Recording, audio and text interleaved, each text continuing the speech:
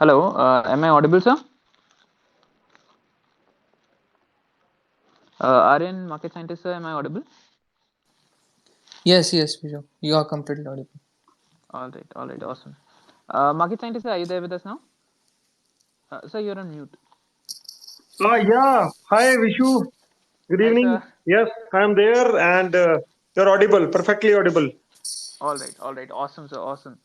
हाँ, So, welcome everybody. Thank you so much, sir, for joining us once again. आज part 3 है trading techniques with Trinker and market scientist sir का and हम लोगों ने 2 sessions पहले इसके किए हैं. आज फिर हम लोग कुछ जानने की कोशिश करेंगे. पहला सेशन हम लोगों ने डिस्कस किया था, थोड़ा सा हमने जेनरिक बातें करी थी, थोड़ा हमने बेसिक्स कवर किए थे पहले सेशन में. सेकंड सेशन में हम लोगों ने और थोड़ा ड्रिल डाउन किया था टेक्निकल्स पे.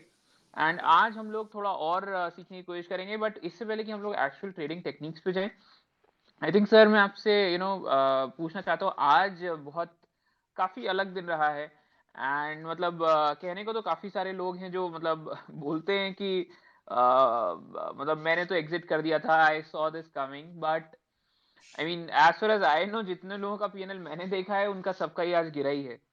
तो आई आई वांट टू नो मतलब थोड़ा सा एक ब्रीफ इस बारे में कि आपका आज जो मार्केट गिरा है उस पे क्या व्यूज हैं एंड वाज दिस एक्सपेक्टेड या कोई तरीका था जिससे इसे बचा जा सकता था, या और इवन मतलब अब आगे क्या होने वाला है, क्या लगता है आपको sir? so it's very interesting question.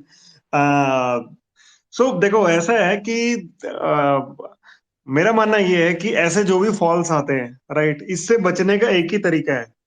वो तरीका ये है कि जो भी ये लोग न्यूज को चला रहे हैं या ये न्यूज जहां से आती हैं या फिर आपका क्या बोलते हैं, मतलब कहीं ना कहीं कुछ तो सोर्स होता है ना. Suddenly you you you know here A news कि ये ऐसा हो रहा है वहां पे और उन्होंने ये कर लिया है. सो वीकेंड में क्या हुआ कि न्यूज आनी शुरू हो गई थी कि ये होगा वो होगा, वो उन्होंने S-400 वहां पे तैनात कर लिया है, ऐसा कुछ है.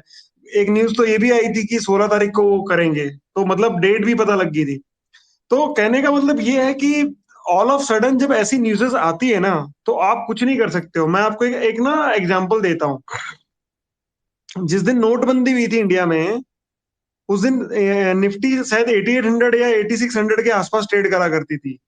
क्या उस दिन काफी और मतलब मार्केट बड़ा अच्छा स्ट्रक्चर था, मार्केट बुलिश था.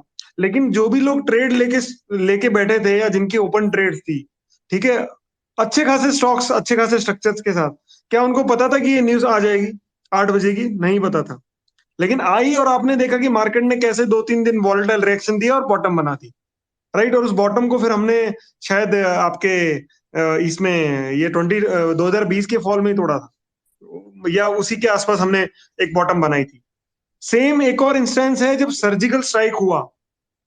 आप याद कीजिए, किसी को पता था कि कोई सर्जिकल स्ट्राइक होगी और मार्केट बॉटम बना देगा, सॉरी मार्केट गिर जाएगा, आई एम वेरी सॉरी. तो वो भी नहीं पता था. तो वैसे ही ये जो जियोपॉलिटिकल न्यूज होती हैं, इनका कुछ नहीं पता होता कब आ जाए.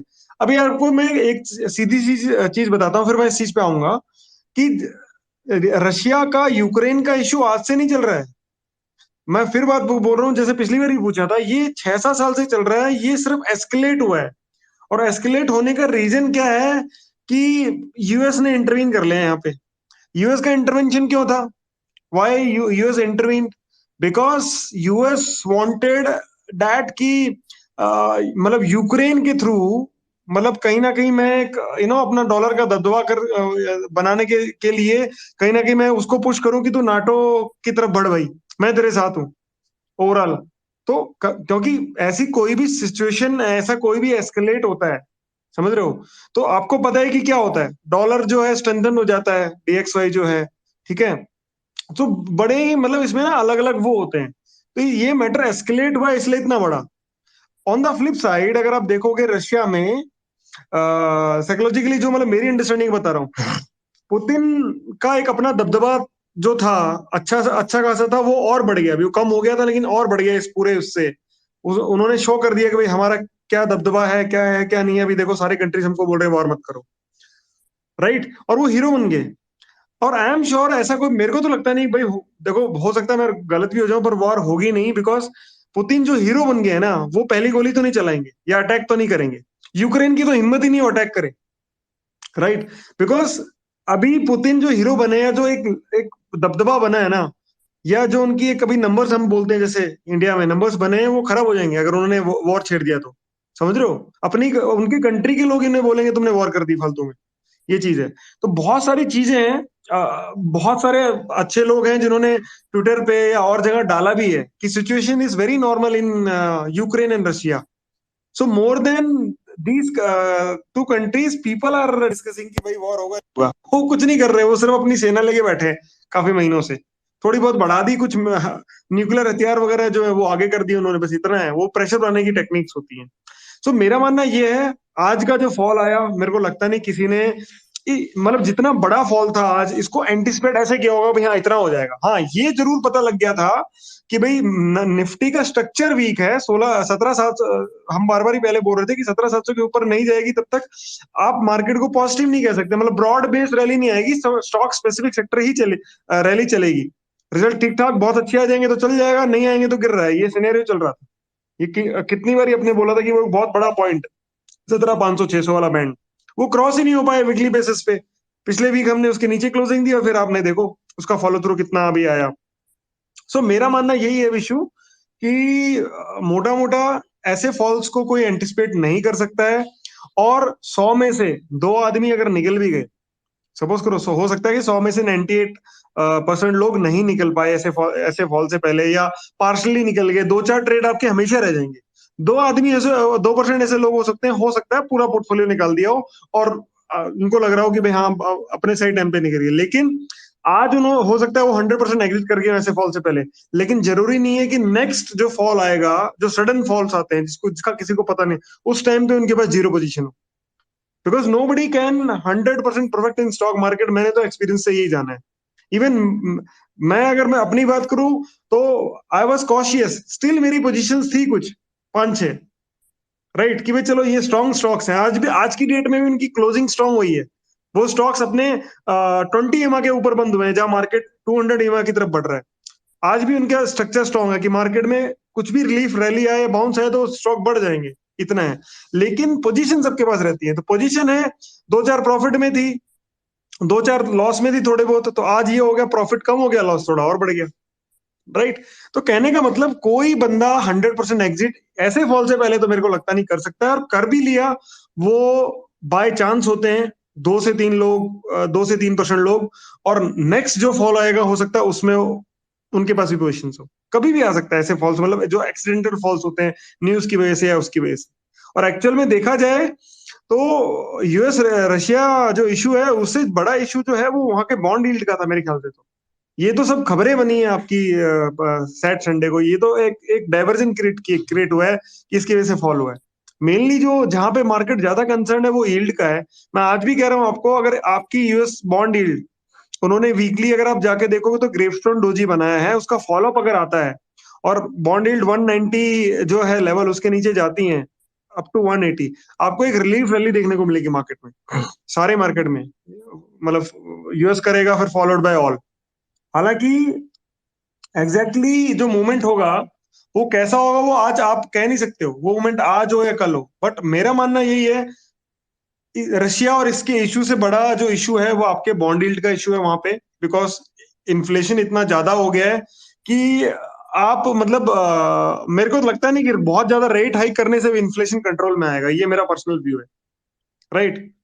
आई don't know what is going to happen, but something else can also happen. कुछ ऐसा भी हो सकता है जिसकी वजह से मंदी आ जाए, थोड़ा एक टेम्परेरी मंदी आए, उससे भी थोड़ा थामा लगे इस पे, या थोड़ा स्टॉप लगे इस पे, राइट। तो ऑल इन ऑल मेरे ख्याल से आने वाले 2-3 दिन वॉलेटिलिटी रहेगी और ऐसे फॉल से बचा जा नहीं सकता है। अब एक ही सहारा है कि आप मतलब लास्ट जो हमारा स्विंग लोस थे 16,800 16,400, ये बैंड इंपॉर्टेंट है। इस बैंड को अगर हमने ब्रेक नहीं किया वीकली बेसिस पे, ठीक है, तो मेरा मानना है कि यहाँ से आपको एक अच्छी खासी रिलीफ रैली, अगेन वही पॉइंट 17,300 17,600 वहां तक देखने को मिल सकती है। उसमें अगर आपके पास स्ट्रॉन्ग स्टॉक्स हैं तो उनमें अच्छा खासा बाउंस आप देखिएगा आएगा, तो आप एग्जिट कर सकते हो। हाँ, स्टॉक अगर बाउंस नहीं कर रहे हैं उस रैली में तो आप देखिए उनके फंडामेंटली क्या है, तो हम आगे बात भी करेंगे कि वो फंडामेंटली कैसे लग रहे हैं कैसे नहीं लग रहे हैं। और कैसे प्लेस्ड हैं, तो शायद आपको उनको रिव्यू करना पड़ेगा अगर आप एक ट्रेडर हो, मतलब बड़े शॉर्ट टर्म के। Short term in the sense एक दो दो हफ्ता के ट्रेडर हो या 3 हफ्ता के। थोड़ा ज्यादा अगर टर्म है आपका, 1-1.5 महीने के ट्रेडर हो, 3-4-5 वीक तक आप रखते हो या रख सकते हो कुछ अच्छी पोजीशंस, तो आपको रिव्यू करना चाहिए उनको, सारे ट्रेड्स को, कि विनर्स कौन से हैं यहाँ पे, कौन से ऐसे हैं जो शॉर्ट टर्म ईएमआर के ऊपर क्लोज हो रहे हैं आपके स्टॉक्स, 10 हो गया, 20 हो गया, और कौन से ऐसे हैं जो बिल्कुल 200 डीएमआर टच करने को उतावले हो रहे हैं। तो ये मेरे ख्याल से बच नहीं सकते हो। हाँ, मेरा मानना तो यही है। हाँ, एक दो तीन लोग हो सकते हैं जो फुल एग्जिट कर जाते हैं, राइट, लेकिन वो कोइंसिडेंटली जो है वो ऐसे होता है, बाय चॉइस बड़ा रेयर होता है। मतलब इस बार हो गया, और हो सकता है चॉइस हो कि निकल जाओ, अगली बार आप नहीं बच पाओगे, आपके एक दो पोजीशन रह जाएंगी ऐसे फॉल्स में। ये चीज है। Over to Vishu. Yes, sir. Brilliantly said, sir. You know, even Sir John Templeton, he had said that there will be bear markets and about every 10 years, twice in 10 years, and recession about twice every 10 or 12 years.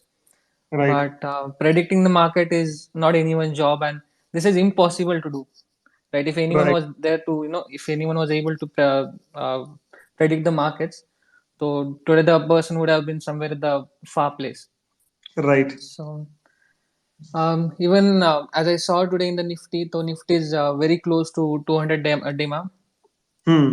and very also very near. Even अभी आप देखोगे small cap index तो yeah, उसके नीचे क्लोज हुआ है। So right, it is looking weak, but yes, क्या डेवलपमेंट होंगे क्या नहीं होंगे वो आप कह सकते हो। But point to note, point we need to note here कि बहुत टाइम बाद उसने 200 ईएमआर को टच करने का कोशिश किया है, तो दे माइट बी रीजन, और बड़ी फास्ट किया है, राइट। इतना फास्ट right, होता नहीं है, तो अगर इतना फास्ट किया है तो आई गेस जो बाउंसेस आते हैं यहाँ से वो भी शार्प आते हैं। ये चीज है। exactly, sir, right.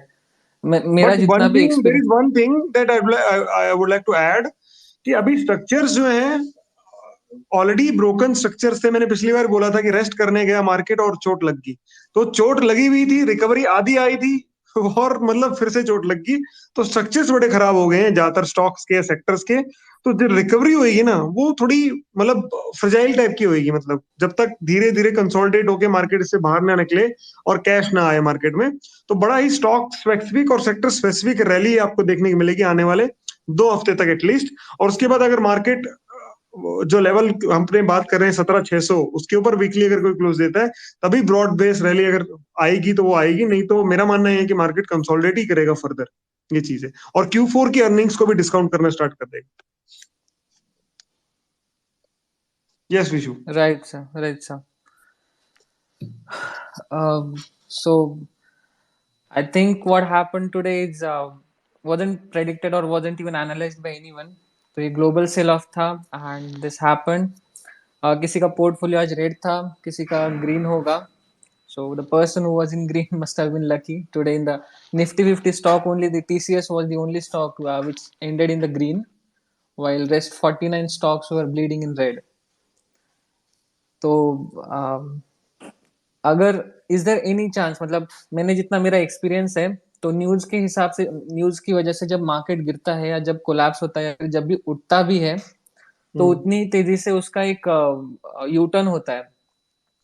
हाँ, वो डिपेंड करता है भाई, स्ट्रक्चर थोड़े से वीक है, बस ये कह सकते हो।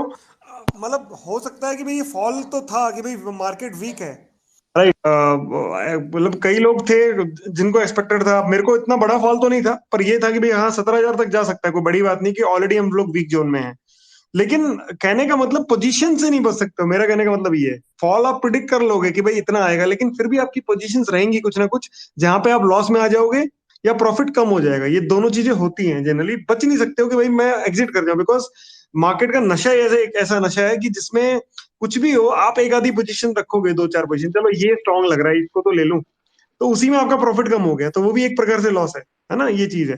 तो होता है और चलता रहेगा, तो मार्केट की माया है। और जब तक बाहर से कोई क्लैरिटी नहीं आती तब तक वो, बिकॉज यहाँ इंडिया से तो बहुत क्लैरिटी आने लग गई है, LIC का IPO फाइल हो गया, सारी चीजें। तो जब तक बाहर से ये न्यूज वगैरह की क्लैरिटी नहीं आती है, तब तक वॉलिटिलिटी रहेगी। और ओवरऑल अगर मैं फ्रोथ की बात करूं, तो आज जो भी इंडिकेटर्स मैं वॉच करता हूँ, काफी ज्यादा फ्रोथ जो है सेक्टर्स में निकला है मार्केट का। मतलब ये लगा लो लोगों ने मान लिया कि भाई अब ये मतलब लड़ाई होगी, ये मान लिया मार्केट ने, मतलब पार्शली इस चीज को डिस्काउंट कर लिया है कि लड़ाई होगी है भाई। ये मान लो कि गोलियां चल गई हैं, मेरे ख्याल से तो यही है, स्ट्रक्चर तो ये बता रहे हैं, इतना ज्यादा ब्रोकन स्ट्रक्चर है। तो अब अगर नहीं हुई और वहां से कोई न्यूज आ गई, कोई समझौता हो गया, उनका डील हो गया और कुछ ऐसा वो आ गया, तो हो सकता है मार्केट में उससे रिकवरी है। लेकिन उससे ज्यादा जरूरी है यूएस मार्केट्स में जो बॉन्ड यील्ड्स हैं उनका कूल ऑफ होना, राइट। वो ज्यादा बड़ी न्यूज होगी, इससे बड़ी न्यूज मेरा मानना ये है, उससे आपको रैली जो है थोड़ी और ज्यादा बढ़िया मिलेगी आती हुई। Yes, over to Vishu. Right sir, इसमें नेक्स्ट मैं ये जानना चाहता हूँ कि सो लाइक यू सेड कि ऑफ कोर्स ये जानना बहुत मुश्किल है कि कब क्या होने वाला है, हमेशा कोई ना कोई तो फंसता ही है, एंड कोई निकल भी पाया तो बाई चांस निकल गया, but then what should one's response be, मतलब how can we relatively protect ourselves, मतलब पूरा प्रोटेक्शन तो पॉसिबल ही नहीं है, तो बट देन कैसे इस चीज को समझा जाए, how to deal with such situation, जैसे फॉल से कैसे बच सकता है कोई?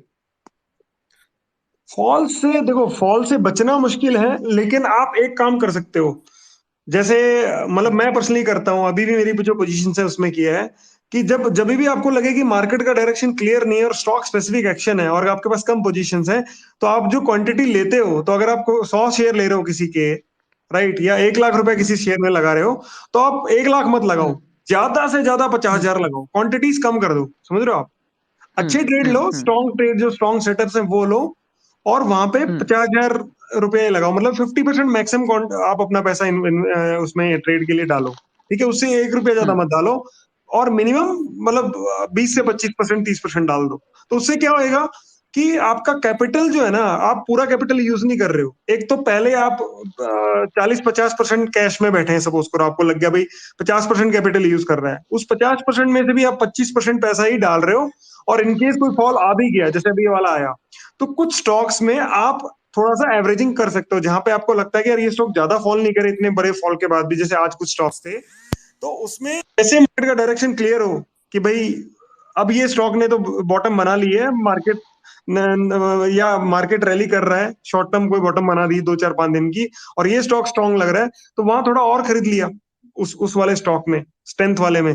तो ओवरऑल क्या होगा इससे, ऐसे 1-2 स्टॉक निकला है, 2-3 स्टॉक आपके निकला है 5-6 में से, तो ओवरऑल जब मार्केट रैली करेगा ना, तो आपका पोर्टफोलियो बड़ी जल्दी ग्रीन में आ जाएगा, मतलब आप एटलीस्ट 1-2% प्लस में तो आ जाओगे। अगर आप पोर्टफोलियो गिर गया, लेट से 3-4% गिर गया, या 8%, 9% गिर गया, तो ऐसी टेंडेंसी होती है। तो ये सबसे बड़ा सोल्यूशन है। और नहीं भी आया, बड़ी रैली भी नहीं आई, तो ये जो 25% आपने लगाया है पोर्टफोलियो का, इसमें आपको इतना बड़ा लॉस नहीं होएगा कि जिसको आपको बुक करने में हर्ज हो कि भाई मार्केट का स्ट्रक्चर बहुत वीक हो गया है, अब तो रैली जैसे आएगी कल परसों किसी भी बहाने मैं निकल जाऊंगा। तो वो आपका लॉस ज्यादा नहीं होएगा, समझ रहे हो। उसमें आपको जैसे 25 रुपया अगर है 100 में से अगर आप लगा रहे हो, तो 25 रुपये में कितना आपका लॉस बनेगा, लेट से आपका 10% लॉस हो गया उसमें, तो 2.5 रुपया लॉस बना। तो ओवरऑल आपका जो कैपिटल है उसका 2.5% आप खोगे मैक्सिमम, वो भी तब जब आप गिरते हुए मार्केट में बुक करो। किसी रैली में बुक करोगे तो वही 1-1.5% होएगा इस तरीके से। तो ये इस तरीके से कंट्रोल कर सकते हो, बच नहीं सकते हो, या बोल सकते हो कि कैपिटल बचा सकते हो। लेकिन मेरा मानना है, पता नहीं, मेरे को तो 8-9 साल हो गए, मैंने आज तक ऐसा देखा नहीं कि मैं बच गया हूँ। हाँ, एक दो 2-4-5 दफा, या मेरे को याद नहीं, 8-10 दफा ऐसा भी हुआ है कि बिल्कुल ट्रेड नहीं है और मार्केट गिर गया। तो वो भी कॉन्फिडेंट वाली बात मैं मानता हूँ। मैं ये नहीं सोचता कि मैं निकला इसलिए मार्केट गिरा, ऐसा नहीं। हमको कभी सोचना ही नहीं है। कई बार ऐसा होता है कि अपने को लगता है कि हाँ यार लग रहा है, और अपने को नहीं, लाखों लोगों को लगता होगा, और कई लोग निकल जाते हैं, और कोइंसिडेंटली मार्केट गिर भी जाता है। तो वो मतलब ये मान लो कि कॉन्फिडेंटली अपनी फेयर में चीजें चलेगी, अपनी एनालिसिस सही निकल गई एकदम 100%। लेकिन हमेशा ऐसा नहीं होएगा, हमेशा ऐसा नहीं होएगा, हमेशा कि आप, कई बार ऐसा भी होता है कि आप पोजीशन नहीं लेते हो और मार्केट वहां बॉटम बना के चलने शुरू हो जाता है, फिर आप जब वो कंफर्म होता है कि नहीं यार ये तो बॉटम बन गई, तब आप लेते हो। ऐसा भी होता है, उल्टा भी हो जाता है। तो वो उल्टा ना हो, तो मतलब ये एंकरिंग आप माइंड में करते रहते हो, तो कुछ ना कुछ पोजीशन रहती है। लेकिन जब मार्केट रेंज बाउंड हो, डायरेक्शंस क्लियर ना हो, स्टॉक स्पेसिफिक रैलीज आ रही हो, तो हमेशा 50% क्वांटिटी ही लगाइए, उससे ज्यादा पैसा मत लगाइए। वो सबसे सेफेस्ट इसका solution. Over to be sure, कम स्टॉक्स में ट्रेड करिए वो भी। Right right sir, so sir इसमें मतलब one of the very key things I think that you said was, one thing was of course कि स्टे लाइट, अपना कम क्वांटिटीज में लो, एंड द अदर वाज कि be with stronger, relatively stronger stocks, और stay which I light में think Vishu is. क्या होता है पता है, sorry sorry to interrupt you, stay light में नहीं क्या नहीं, होता है, बिल्कुल सही। थोड़ा एक मन भी ये हो जाता है, आपकी क्वांटिटी छोटी रहेगी ना, आपको क्या लगेगा, चलो यार, मतलब एक साइकोलॉजिकल प्रेशर नहीं बनेगा। लेकिन जितना राइट ज्यादा आप पैसा लगा के बैठे हो ना, उतना साइकोलॉजिकल प्रेशर ज्यादा रहेगा। आप मन में राइट। नहीं करोगे 10% और गिर गया तो इतने लाख का नुकसान, या इतना गिर गया तो इतने हजार का नुकसान, है ना, वो चीज है। और कम रहेगी ना तो आपको लगेगा यार, जब भी बॉटम बनेगी ना मार्केट में, और मार्केट 5% गिर जाए, तो मैं इन्हीं शेयरों में एवरेज मार लूंगा और निकाल लूंगा, अगर वो ढंग के शेयर है फंडामेंटली, या उनमें उनके स्ट्रक्चर्स बड़े स्ट्रांग है, या वो एक मीडियम से लॉन्ग टर्म अच्छे ट्रेंड में चल रहे हैं वो शेयर, ऐसा है। Right hmm. Right.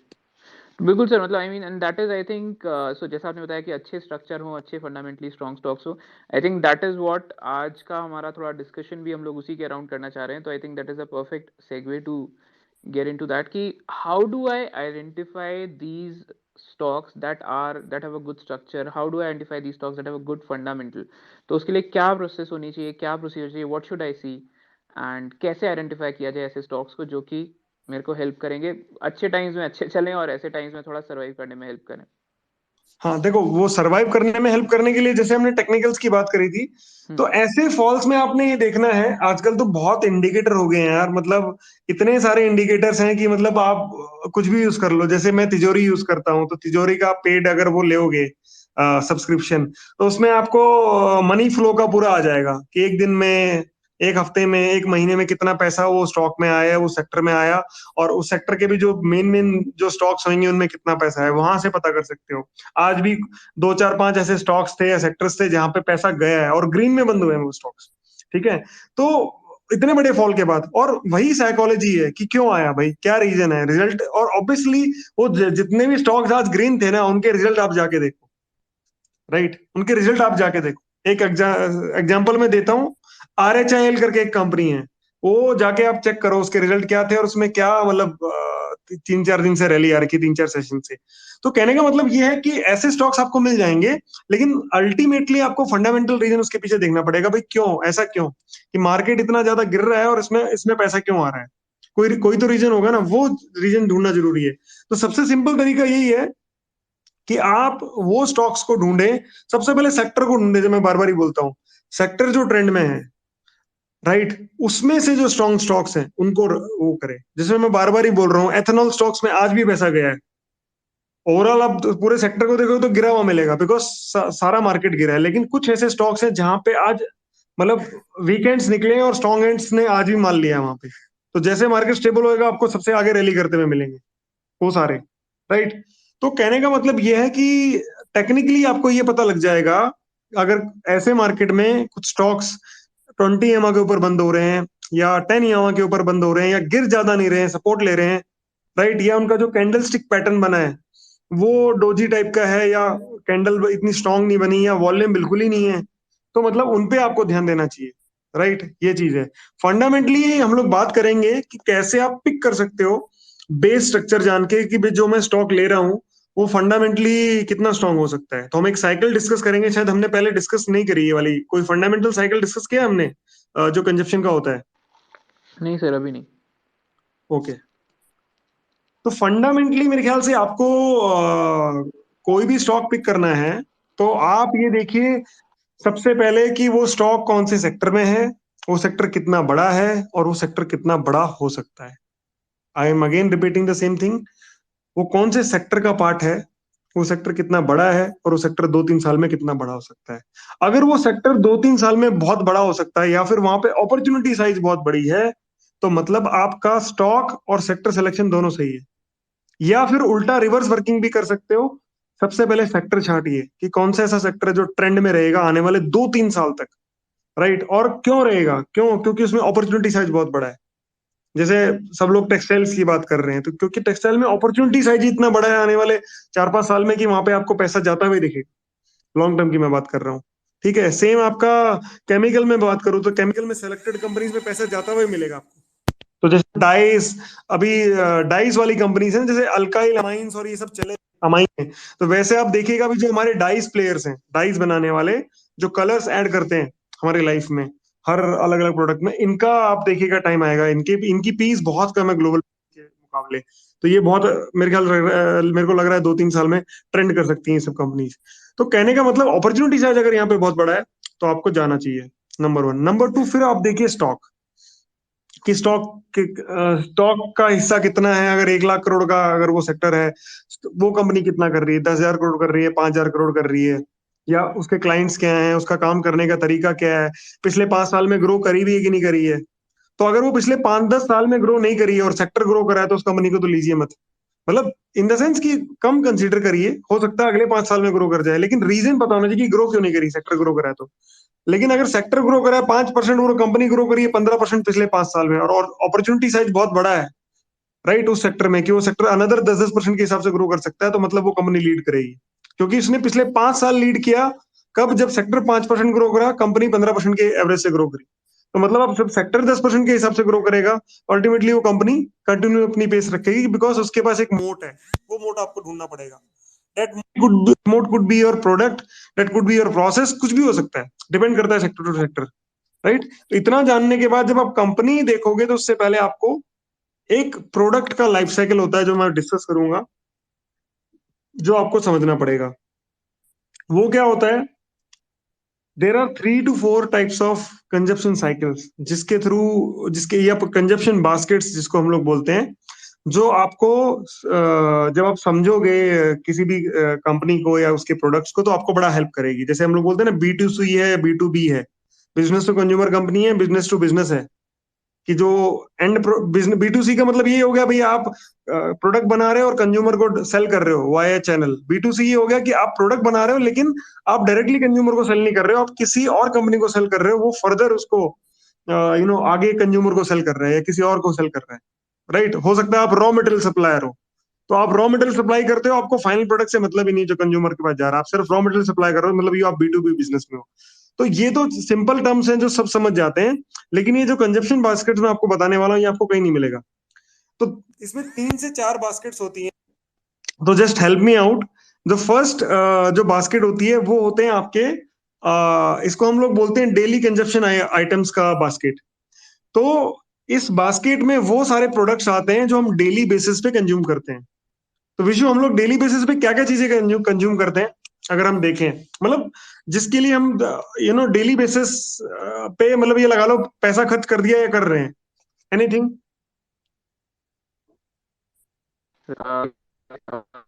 Normal toiletries, hmm food, salt, hmm sugar, I hmm. guess. तो बहुत सारी चीजें, फूड आ जाएगा आपका, आपका you know Hmm. Salt, sugar, बहुत सारी चीजें हैं जो डेली बेसिस पे हम लोग यूज करते हैं, या आपके जितने भी FMCG के प्रोडक्ट्स हैं, राइट, ये सब डेली बेसिस पे आ गया। आपके ये चिप्स आता है, आपके ये और भी बेवरेजेस आते हैं जो डेली बेसिस पे यूज होती हैं, राइट, कोल्ड ड्रिंक हो गया, कुछ भी। तो इसमें इस बास्केट में बहुत सारे प्रोडक्ट्स आ जाएंगे। तो मेरा मानना ये है कि डेली कंजप्शन का जो बास्केट है ना, उसमें काफी ऐसी कंपनी बहुत सीड हुई हैं, मतलब वेल्थ क्रिएट किया है उन्होंने लॉन्ग टर्म में। जैसे HUL ले लो, ITC ले लो, अभी ITC का नाम लेना गलत है तो, लेकिन फिर भी, और डाबर ले लो या कोई भी FMCG कंपनी आप उठा के देख लो, सबने वेल्थ क्रिएट किया, बिकॉज इनका प्रोडक्ट डेली आप यूज कर रहे हो। HUL के तो कम से कम 5-6 प्रोडक्ट आप डेली यूज कर रहे हो, डेली, राइट। तो ये देख लिया। दूसरी बास्केट होती है वीकली कंजप्शन आइटम्स की, जिसमें वो प्रोडक्ट जो हम वीकली बेसिस पे कंज्यूम करते हैं या पे करते हैं उसके लिए, that could be watching a movie once in a week, right, that could be dining out in a restaurant, right. और क्या हो सकता है विशु, वीकली बेसिस पे वेयर वी स्पेंड? आपने सर मूवीज और डाइनिंग आउट तो बोल ही दिया जो मेरे दिमाग में आ रहे थे वो सबसे जो आते पहले। हैं वो तो बोल दिया, और क्या हो सकता है? राइट, मे बी हाँ, लॉन्ड्री सर्विसेज कुछ भी ऐसा कुछ हो सकती चीज हैं। जिसके लिए आप वीकली बेसिस पे पे कर रहे राइट, हो। राइट। मे बी देखो, बोलना जायज नहीं होगा, लेकिन और भी कुछ ऐसे आइटम्स आते हैं जो वीकली बेसिस पे हम लोग कर लेते हैं, कुछ बिल भी पे करते हैं, कुछ भी। इतना ज्यादा इसमें आता नहीं है इस बास्केट में। हम्म। नेक्स्ट बास्केट बहुत इंपॉर्टेंट है, that is monthly consumption item का आपका पूरा, राइट, या वीकली मंथली को अगर आप एक ही कंसिडर कर लो, तो मंथली में कई लोग मंथली भी एक बार डाइन आउट करने जाते हैं, या मंथली एक बार मूवी देखने जाते हैं, जरूरी नहीं कि हर बार जाएं, हर हफ्ते जाएं, ऐसा भी है। प्लस मंथली आप बहुत सारी EMIs हैं आपकी, बिल पे करते हो किसी न किसी के, मतलब बहुत सारे कंजप्शन बास्केट्स हैं जो मंथली बेसिस पे आप करते हो. That could be going for a haircut, lot more services, right. तो ये सारे आपके मंथली आ गए. नेक्स्ट आपका क्वार्टरली कंजप्शन का बास्केट, राइट. तो क्वार्टरली में there are lot of things. That could be your आपका अपैरल का शॉपिंग आ गया, आपका गाड़ी का सर्विस हो गया, राइट. ये सारी चीजें. Then there is a basket called yearly consumption का जो रहता है. तो वंस इन ईयर क्या होता है, हर साल लोग गाड़ी के टायर बदलवाते हैं. सबकी साइकिल अलग अलग होती है जिस टाइम पे उसने कार लिया है. हर साल आप अपना इंश्योरेंस का प्रीमियम पे करते हो. That could be mediclaim, that could be anything, right. हर साल आप और क्या करते हैं विशु, इसमें तो काफी हैं चीजें, बता सकते हो आप. पे जाते हो. सर हाँ, ट्रिप सिर्फ टूरिज्म हो जाएगा, आई थिंक हाँ, वन इज क्वार्टरली भी व्हाट हो जाता है या वन ईयरली भी हो जाता है, डिपेंड करता है. मतलब कई लोग का क्वार्टरली होता है, कई लोग का ये होता है. तो देर आर लॉट मोर. और कॉर्पोरेट्स की बात करूं तो उनका तो क्वार्टरली रहता है. रिव्यू मीट्स वगैरह होती रहती हैं. कभी कुछ हो रहा है, कभी कुछ हो रहा है, कभी कुछ ट्रिप या टूर मिल गया, है ना. तो ये सब चीजें हैं, या रिट्रीट्स मिल गई. तो मेरा मतलब ये है कि ईयरली में फिर बहुत सारी चीजें आ जाती हैं आपकी, राइट. एंड उसके बाद एक बास्केट बचा Vishu. You would be wondering कि वो कौन सा, वो हो गया once in a lifetime का कंजप्शन. तो वो आपका या तो रियल स्टेट आएगा उसमें कि घर आप लेोगे तो दो चार, बहुत कम लोग हैं जो दो तीन चार पांच छह घर ले लेते हैं, राइट. तो मैक्सिमम दो होते हैं, वो भी पूरी लाइफ लग जाती है उसमें. एक घर लेता है बंदा, एक ही ड्रीम होता है कि एक घर लेना है अपना, है ना. और उसी में फिर अपनी पूरी लाइफ वो स्पेंड करने की कोशिश करता है, बेसिस जो भी है. या फिर दूसरा आपका वंस इन ए लाइफ हो सकती है गाड़ी कुछ लोगों के लिए, कि भाई मैंने आज की डेट में तो हालांकि हम एस्पिरेशन ये हो गया कि दो तो गाड़ी ले ही सकते हैं, लेकिन ये वंस इन लाइफ बास्केट में आप डालोगे कि गाड़ी बंदा लेगा तो कितनी ले लेगा. एक एक एक एक अपनी लाइफ की जर्नी में एक आम आदमी जो है दो से ज्यादा गाड़ी चेंज नहीं करेगा, तीन कर देगा ज्यादा से ज्यादा. अब जिस तरीके से हम हमारा पर कैपिटा बढ़ रहा है तो आगे हो सकता है बढ़ जाए. लेकिन ये सब वो लग्जरी स्पेंडिंग्स जो है आपकी इसमें आती हैं, या घर का हो गया मोटा खर्चा. तो ऐसे करके अलग अलग बास्केट्स होती हैं जिसके थ्रू कंजप्शन साइकिल्स ड्राइव होते हैं. नाउ ये बास्केट जाननी क्यों जरूरी है हमारे लिए, इसी के थ्रू पता लगेगा कि कितनी फ्रिक्वेंटली कंपनी का माल जो है वो वेयर हाउस से मूव करेगा स्टोर्स पे, और स्टोर से जाएगा कंज्यूमर के घर में या कंज्यूमर के पास कंज्यूम होने के लिए. समझ रहे हो. तो हम जो देखते हैं ना, नंबर ऑफ इन्वेंट्री डेज वगैरह देखते हैं वहां पे कि इन्वेंट्री डेज कम हो रहे हैं, तो मतलब माल ज्यादा जा रहा है, या कम समय तक गोडाउन में रह रहा है और जल्दी मूव हो रहा है. जल्दी मूव हो रहा है तो भाई क्यों जल्दी मूव हो रहा है, क्योंकि इसकी डिमांड है. और इन्वेंट्री डेज बढ़ रहे हैं तो माल ज्यादा टाइम तक आपका वो हम देखते हैं. तो इन सब पे मैं इतना डिटेल में नहीं जाऊंगा बिकॉज बहुत लंबी चीजें हैं सब. लेकिन एक एग्जांपल दे रहा हूँ. तो जिस कंपनी की सबसे पहले कि जिसके आइटम्स बड़े फ्रिक्वेंटली कंज्यूम होते हैं, वो कंपनी सबसे ज्यादा कैश फ्लो जनरेट करते हुए मिलेगी. समझ रहे हो आप. तो आप देखो कि एफएमसीजी शेयरों का फ्री कैश फ्लो पर शेयर सबसे ज्यादा क्यों रहता है हमेशा, ज्यादातर कंपनीज का. और सेक्टर्स में नहीं मिलेगा आपको. सबसे बड़ा रीजन यही है विशु, क्योंकि यहाँ पे कैश बड़ी फ्रिक्वेंटली जनरेट होता है ना. मतलब आप देखो कि एक दिन में कितने साबुन बिकते होंगे, कितनी चीजें बिकती होंगी डेली कंज्यूमेशन बेसिस के हिसाब से, और सेम सेम वे में यूज होते हैं. या सेम वे में आपके एक दिन में कितने और चीजें बिकती होंगी जो डेली हम कंज्यूम कर रहे हैं, क्योंकि उनकी साइकिल बड़ी शॉर्ट होती है. खत्म हुआ लिया, खत्म हुआ लिया, है ना. तो मेरा मानना यही है कि जो वीकली, डेली, मंथली और वीकली वाले जो आपके बास्केट्स हैं, ये की जो कंपनी से इनको आप ज्यादा लिया करो. ये बड़े वेल्थ क्रिएटर्स बनते हैं आपके ज्यादातर. ठीक है. अब आईटी है. आईटी सर्विस भी एक ऐसी सर्विस है. टेलीकॉम हो गया. Telecom is a daily consumption item. Daily आपको डेटा चाहिए. हालांकि आप पे करते हो, अगर पोस्टपेड वाले मंथली बेसिस पे करते हैं, लेकिन कंज्यूम तो आप डेली बेसिस पे कर रहे हो ना. ये चीज है. तो इन्हीं का फ्यूचर रहेगा मेरे ख्याल से. बड़े जो मल्टीपैकर्स बने, मेरे ख्याल से डेली, मंथली और ये बास्केट वाले बने, ऐसी बात नहीं. आपके कार वाले भी बने, लेकिन उनका अलग एक वो है पूरा.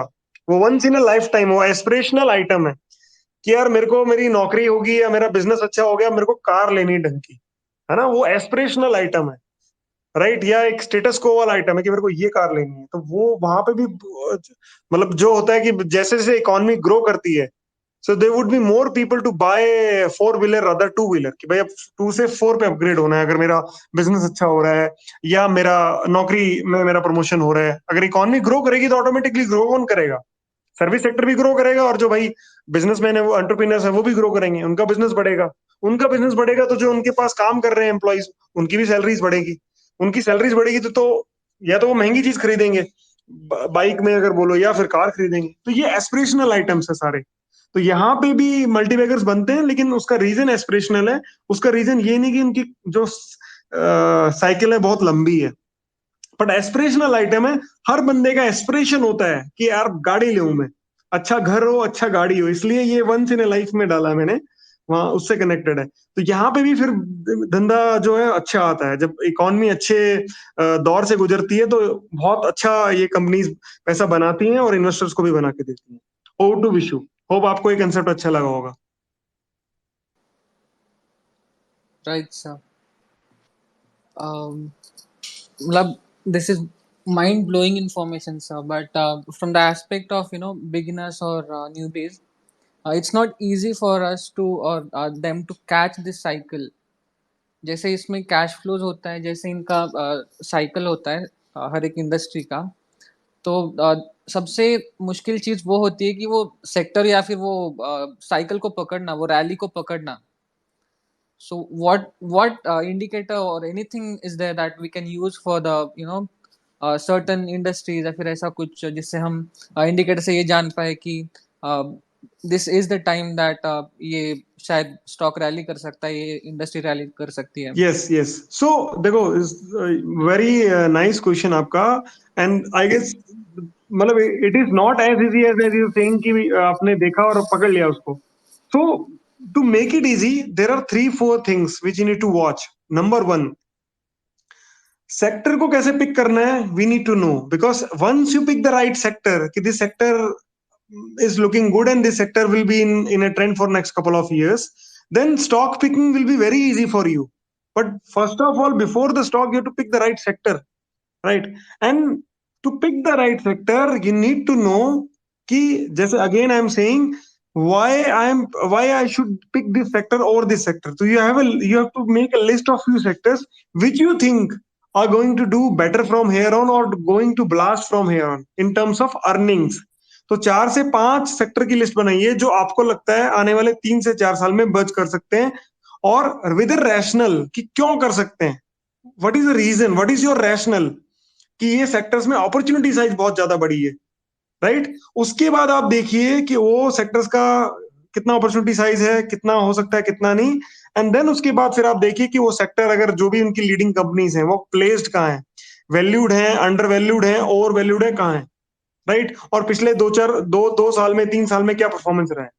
तो अगर उनमें 5 सेक्टर में से आपको कोई भी 1-2 सेक्टर अंडर वैल्यूड लगते हैं, बेसिस योर अजम्पशन कि यार अपॉर्चुनिटी साइज बहुत बड़ा है लेकिन मार्केट आज इसको वैल्यू नहीं कर रहा है, राइट, किसी कारणवश ध्यान नहीं दे रहा है, तो क्या होगा, धीरे धीरे धीरे धीरे उसमें वैल्यू जो है वो आनी है। अगर उस सेक्टर में ग्रोथ है ना, पैसा अपना आ जाएगा, राइट? मतलब money will follow that sector. आप देखिएगा, मतलब स्टार्टिंग में करेज दिखाना पड़ेगा आपको कि दिस इज माई रैशनल। वहां पे क्या होता है, कई बार आपको सेक्टर ले दो जल्दी, 2-3-4 महीने चलता ही नहीं है, और मार्केट में और जो सेक्टर चल रहे हैं वो चलते रहते हैं, तो वहां पे भी कन्विक्शन हिल जाता है कई बार लोगों को कि यार मेरा सेक्टर तो गलत नहीं है। पता लगा वो सेक्टर आप 1-2 महीने बाद पेशेंस खोने के बाद बेच देते हो और वो स्टॉक्स, और उसके बाद वो फिर चल पड़ते हैं, वो सेक्टर ही फिर ट्रेंड में आ जाता है। जैसे शुगर में वहां बहुत सारे लोगों का, बिकॉज शुगर ऐसा सेक्टर था जिसके लिए हेडविंड ही हेडविंड थे पिछले एक डेकेड में। तो एक माइंड में एक साइकी बन गया था कि यार ये सेक्टर बस वही है कि चला और गिर जाता, चला और गिर जाता, लेकिन एथेनॉल वाला जो पूरा कैच था वो कोई पकड़ ही नहीं पाया। और अब जब पकड़ने की कोशिश करी तो स्टॉक्स बहुत ऊपर आ गए, कोई 3 गुना 4 गुना कहाँ से कहाँ हो गए। लेकिन अभी भी, और अब ये लगता है कि यार ऑलरेडी 3-4 गुना हो गए, पता नहीं आगे जाएगा कि नहीं जाएगा, ये डर है, ये चीज है। बट मेरा मानना ये है कि अगर आप ढंग से स्टडी करो तो अभी भी उनके लिए बहुत टेलविंड्स है। आने वाले 1-2 साल तक तो बज आराम से करेगा, जब तक मेथनॉल बड़ी थीम नहीं बन जाती तब तक एथेनॉल ट्रेंड करेगी, आप ये मानिएगा, राइट? तो इस तरीके से make a list of 5-6 sectors, study those sectors thoroughly, and then find the stocks in those sectors, specifically sectors जहां पे स्टॉक में वैल्यूएशन इतना नहीं। तो वैल्यू पे हम लोग आएंगे, हाउ टू सी कि whether the stock is under valued और नॉट, और whether the stock is over valued और नॉट, ये हम लोग जानेंगे आगे अभी। But first of all make a list of sectors, number 1।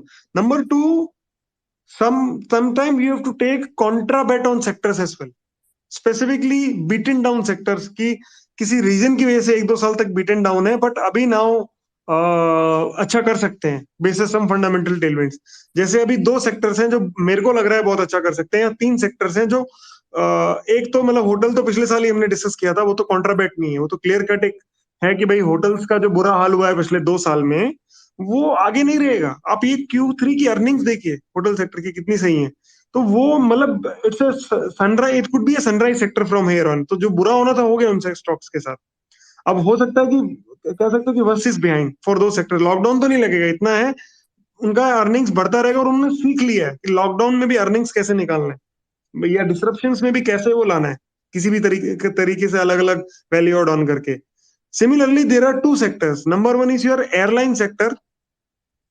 मेरे ख्याल से एयरलाइन सेक्टर ये साल में काफी ज्यादा बच करता हुआ आपको दिखेगा after a point of time, जब इंटरनेशनल ट्रेवल आज से 2-3 महीना 4 महीना बाद बहुत ज्यादा बढ़ जाएगा, तो आप देखिएगा। Number 2 is your education sector. 2 साल से स्कूल बंद हैं। First time we are hearing the news in February कि प्राइमरी स्कूल्स बहुत जगह खुल गए हैं, सारे स्कूल खुल गए हैं और बिल्कुल परमिशन हो गई है, राइट। तो I guess worst is behind for this sector as well. तो ये सेक्टर के स्टॉक्स भी मीडियम टर्म में अच्छा कर सकते हैं, बिकॉज वैल्यू बहुत है यहाँ पे, बीटन डाउन है पूरा। तो वो वैल्यू जब तक अमर्ज होएगी ना, तो पता लगा आपको कई स्टॉक्स 2 गुना हो गए, 3 गुना हो गए, तो ऐसे कर सकते हो, राइट। तो this is a common way, और this is an easiest way contra bet जाके। बाकी सेक्टर्स कैसे पिक करने हैं, वैल्यू ओवर वैल्यू कैसा होना, वो अपने डिस्कस करेंगे। Yes, over to Vishu. Right, sir. Um, as you said, like in every company, quarterly when they declare the results, many of us we can't actually read or understand what are results. When few of my friends, those they are CA, they once told me that if they are given a company's data, they take at least 15 to 20 days to analyze and to study that data. So for traders or for investors like us, it's not obviously an easy job. So are there any particular things that we should look out in the quarterly reports, or there are some important points that we can analyze it? Right. So there are 3 ways you need to look at these quarterly reports or quarterly presentation or your con call transcripts and all. So number 1 is always read the annual report of the company.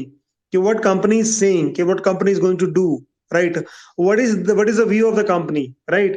But annual report is not enough, because that is one way communication, right?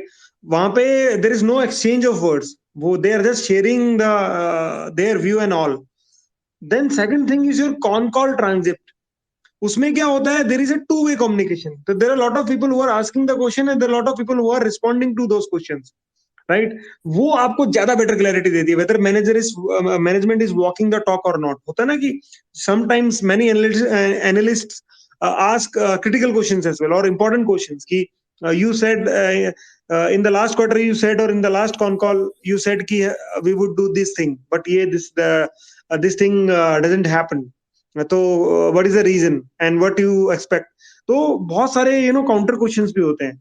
सो वहां पे आपको ज्यादा clarity मिलती है कि what is the intention of management and how they are managing the all things. तीसरा होता है any fundamental development in the company और इन द सेक्टर, उस पर ध्यान दीजिए। तो जैसे इंफ्रा के लिए बहुत बड़ा ट्रिगर आया बजट में, अभी भी लोग ध्यान नहीं दे रहे हैं इंफ्रास्ट्रक्चर के लिए, कि जो पूरा कैपिटल एक्सपेंडिचर रहेगा ये साल में वो बहुत ज्यादा बढ़ा दिया है, 32-33 के करीब आया था। वो बहुत ज्यादा है, मतलब कह रहा हूँ उसमें से ऑर्डर्स आप देखिएगा छोटी कंपनीज को उनको कितना मिलेगा। तो this is going to be a very good year for companies which are in capital goods and infra. उनको अच्छे खासे ऑर्डर्स मिलेंगे, उनकी ऑर्डर बुक्स फर्दर अच्छी होंगी। Already they are operating with very good order book, अच्छी अच्छी companies, right. वो हो गया। सिमिलरली कंपनी में फंडामेंटल डेवलपमेंट्स कभी यार बहुत अच्छे हो जाते हैं। So one of my favourite company, we have discuss this stock in Trinkerr as well.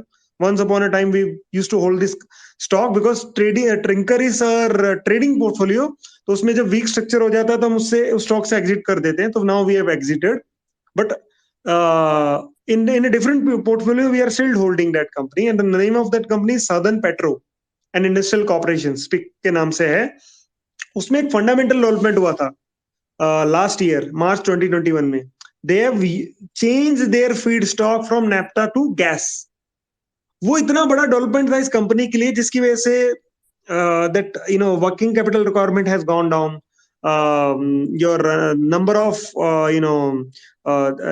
your shutdown days have kept down to 15 from 35, and your maintenance cost, machinery maintenance या कुछ भी लगा लो, उसका पैसा कम हो गया, right? And basis that they are going to produce additional 1 lakh mtpa, right, और 1 lakh metric ton per annum वो ज्यादा प्रोड्यूस कर पाएंगे यूरिया और वो जो भी बनाते हैं। तो ये तो बहुत बड़ा हो गया कि सिर्फ आपने अपना फीड स्टॉक जो है उसको चेंज किया, आपका वर्किंग कैपिटल रिक्वायरमेंट कम हो गया, बेटर मार्जिन, आपका नंबर ऑफ डेज जो है वो कम हो गया जो शट करना पड़ता है प्लांट मेंटेनेंस के लिए, तो आपका प्रोडक्शन बढ़ रहा है वहां पे 1 लाख के आसपास।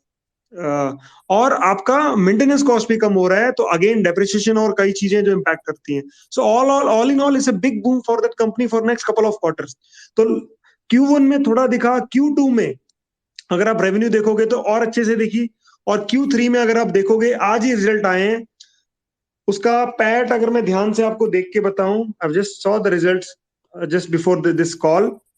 सो लास्ट ईयर Q3 में उसका जो पैट था वो 2 करोड़ 2.5 करोड़ का था, 2.5 crore. This year in the same period they have posted a PAT of 51 crore. Just see, right? EPS तो मतलब वो सारा एक वो है, बट जो आपकी ऑल इन ऑल आपका जो ये टॉप लाइन है उसमें इतना ग्रोथ नहीं है। 430 करोड़ से it it it became 497 crore.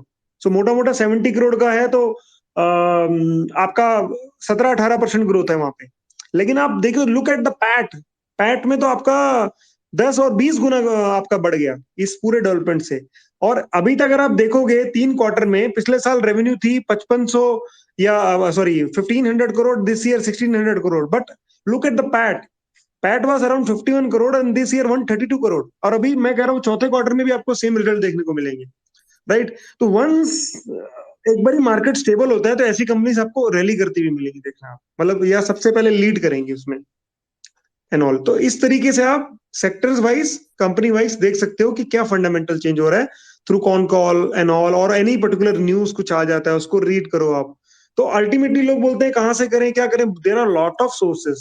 मतलब आप इकोनॉमिक टाइम्स का ऐप डाउनलोड कर लीजिए, या बहुत सारे सोर्सेस हैं।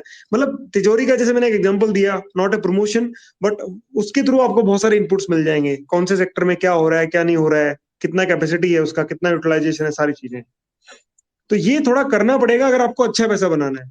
लेकिन आप ये सब चीजें नहीं करोगे तो आपका पैसा उतना नहीं बनेगा, because you are not putting the efforts. ये चीज है। Over to issue.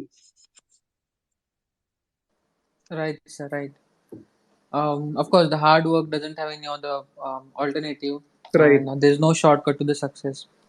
So basically, if I'm not wrong, sir, the things that you told, they are, they can be divided into two categories. One is quantitative analysis, and another was the qualitative qualitative. analysis. Correct. Right, right. After this, but when you have to take entry, and even in technical charts, we get to know about the stop losses. We get to know about the targets. How do we decide these stop losses and the targets by analyzing the stock? हाँ, Means, yes, yeah, yes, correct. yes, sir. So Over to you. let's take an example of this stock only, for which I was discussing. This SPIC. Yes, SPIC, Southern Petro. So if you yes, see the EPS, this year EPS, it is 7.83 so far. I'm expecting an EPS of around 3 in Q4 also, minimum Q3. So it means the minimum EPS expectation would be around 11, or maximum can be 12 or 13 as well. We don't know, right? But minimum is 11. So as per 11 EPS, if you divide that 11 rupees EPS to its current price, that is 48 or 50, right? So P comes around 4 rupees, right? So any particular company which is now which has a very significant, which has gone through a very significant fundamental change, which has expanded by multifold, and now expected to grow better as well in the top line, because it is related to agriculture sector, and most of its products are very popular in southern India, right? So and government is also focusing on this sector. So there are a lot of tailwinds for this company on that front as well. So it means we are continuously going to see these kind of results or these kind of earnings. So my minimum expectation from this company in the next year is minimum 10 to 11. Again, basis the company's progress on the top line, maybe you will see an EPS of 15 rupees as well. That is my expectation. So basis today's price, P comes around 3. A company which is growing its earnings, specifically the bottom line earning by multifold, और आपको उसको 3 का 4 का P दे दोगे कब तक, right? और price जितना और करेक्ट होएगा अभी, इसका पी और कम हो जाएगा. तो मतलब 1-2 के पी पे आ जाएगा ज्यादा, राइट? 2 का पी का मतलब क्या हुआ? स्टॉक 2 या 3 के पी का मतलब क्या हुआ? स्टॉक 30-35 तक करेक्ट हो जाएगा अगर बहुत ज्यादा बड़ा फॉल आ गया मार्केट में, कि मार्केट यहाँ से और 10-15% गिर गया, तब की बात कर रहा हूं मैं. उसके बाद क्या होएगा? उसके बाद ultimately you have to give the P, because this, अगर ये कंपनी ग्रोथ शो करती है और मार्केट वहां से रिवर्स करता है, कब? जब मार्केट सपोज करो 10% और गिर गया और ये स्टॉक करेक्ट होकर 40 के नीचे भी चला गया, लेकिन जैसे मार्केट करेक्ट करके वापस तो आएगा ना ऊपर, धीरे अपसाइकिल भी एक स्टार्ट होगी. वो अपसाइकिल में ऐसी कंपनीज जो हैं उनका जो पी एक्सपेंशन है वो सबसे पहले होता है कि यार ये मतलब ये बहुत ज्यादा वैल्यू क्रिएट हो जाएगी कि यार ये कंपनी अगर ग्रो करनी है, अभी 11 ईपीएस है, 13 होना है, 15 होना है, 16-17 भी होगा 2-3 साल में जाके. तो अगर अच्छा मार्केट आ गया, राइट, जिसको हम बोलते हैं, जैसे 3-4 महीने पहले था एक बुल मार्केट जहां पे बहुत सारे पी एक्सपेंशन हुए थे, तो सपोज करो इसको 10 का अर्निंग मिल गया और वो टाइम पे इसका ईपीएस 15 तक पहुंचा, तो 150 रुपए इसका रेट बन जाएगा, 40 to 150, वी नेवर नो. तो इस तरीके से आप इसको वो कर सकते हो कि कहां पे एग्जिट करना है, कहां पे नहीं. तो minimum P U should consider कि मिनिमम पी इसको मार्केट कितनी दे देगा मरी से मरी हालत में, राइट? और मिनिमम ईपीएस ये कंपनी कितना लेके आ जाएगी in any particular annual year. So just multiply that P to that EPS, that is your minimum price expectation, कि इतना भाव तो कम से कम होना चाहिए इसका. उसके नीचे अगर उसका रेट जा रहा है तो that is deeply undervalued until unless वो कंपनी ग्रो ना करे. अगर वो कंपनी ग्रो नहीं कर रही है तो फिर उसके लिए तो मिनिमम जो ईपीएस आप कैलकुलेट कर रहे हो वो कम हो जाएगा, राइट? ये चीज है. हाँ, ग्रोथ होना जरूरी है. और ग्रोथ क्यों होना है? I have told you, like capital goods की कंपनी, इंफ्रा की कंपनी, एग्रीकल्चर रिलेटेड कंपनी, यहाँ पे बहुत फोकस है. Government has to do lot of work in these areas. तो इस तरीके से आप टारगेट्स वगैरह या एक मिनिमम बेसिक प्राइस की भाई यहाँ पे मैं और ले सकता हूँ या ले सकता हूँ अंडर वैल्यूड के हिसाब से, वो देख सकते हो. और टेक्निकली अगर आपको ब्लेंड करना है तो ये जो भी रेट बता रहा हूँ आपको कि लेट से 3 से 4 पी का रहता है या ईपीएस 10-11 डिस्काउंट करती है और उसको 40 रुपीज का रेट मिलता है, तो वहां पे टेक्निकली आपको स्टॉक हमेशा वीक मिलेगा. तो लेट से मार्केट यहाँ से 10% गिर गया, राइट, एंड ये स्टॉक भी 40 रुपए के नीचे चला गया या 35 चला गया, बस मार्केट की वजह से गया, इसके खुद के फंडामेंटल की वजह से नहीं गया, बाकी स्टॉक्स भी जाएंगे. तो वहां पे टेक्निकली आपको कोई कंफर्मेशन नहीं मिलेगा कि ये स्टॉक स्ट्रांग है. फंडामेंटली आपको बताएगा. टेक्निकली आप ये देख सकते हो कि ये सपोर्ट कहाँ लेगा. तो डेली चार्ट में तो चलो वीक हो गया, लेकिन मंथली वीकली में, जैसे मैंने पिछली बार बताया था पिछले स्पेस में, आप ये देखिए कि स्टॉक पुरानी साइकिल्स में मंथली चार्ट पे कहां सपोर्ट लेता है. 50 मंथ्स मूविंग एवरेज या 100 मंथ्स मूविंग एवरेज कहां लेता है. तो वहां पे तो सपोर्ट लेगा ना, वो कहां पे आ रही है. इस तरीके से आप इसको एनालाइज कर सकते हो टेक्नो और फंडा बेसिस पे. Right, sir. Here we are. Back to the same topic, as we say that it's a technical techno funda analysis. So it's not right to ask you what's your secret recipe to get this success in the stock market. But if I may have to ask, then which indicators or which how do you merge the technicals with the fundamentals, and you get this all success out of this trading and the investing culture? Okay, so I guess, so let's see. So let me tell you one thing. So for an example, we have been discussing one stock, that is SPIC. So let's build more Right, sir. thesis on this stock itself. So if you see the weekly chart of this stock, so we got to know ki very good quarterly results, and these kind of results will continue for another few quarters, specifically due to that fundamental development which happened in the month of March 2021. So last time stock took a support on weekly chart around its 50 weeks moving average, which was 43 at that time, right? Now the same moving average, because rise बढ़ते रहता है, it is around 46.72. in today's session जो लो है वो वहीं के आसपास है. 46.72 is a 50 weeks moving average, और 47 का स्टॉक का लो है और क्लोज हुआ है यहाँ पे. नाउ वी नीड टू सी कि कल स्टॉक रिएक्ट कैसे करता है basis it's numbers. I am sure कि अगर मार्केट ठीक रहा तो अच्छा ही रिस्पॉन्ड करेगा, right? So basis that you can think कि भाई स्टॉक जो है, मतलब technically it is looking strong, because last time इसने अपने 50 वीक EMA से सपोर्ट लिया था, तो इस बार भी लिया है. और अगर ये इस लो को नहीं तोड़ता है 47 जो आज स्विंग लो बना है, और मार्केट भी ठीक रहता है, तो हो सकता है कि अच्छी रैली स्टॉक में देखने को मिले. सो दिस इज द वो.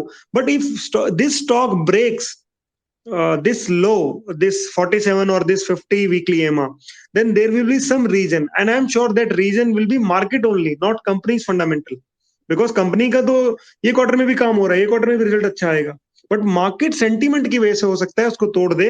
And then the next support you will next support that will come around, so that will be around 100 weeks moving average, या फिर जो इसका ब्रेकआउट हुआ था आपका, there was a breakout in the month of July, right? जब इसने 38 और 40 उसके बैंड को तोड़ा था, this 36 37 का जो एरिया था उसको तोड़ के फिर सडनली ब्रेकआउट किया, एंड देन उसके बाद कंसोलिडेशन एंड अगेन ब्रेकआउट. ये चीज है. So you can go through weekly chart as well, in specifically when, जब अभी कंपनी का रिजल्ट अच्छा है, यू नो कि this company is going to do better or well in next 2-3 quarters. But what is happening? Price is falling cause of market, not cause of its fundamental results. तो market का movement है, तो इसमें भी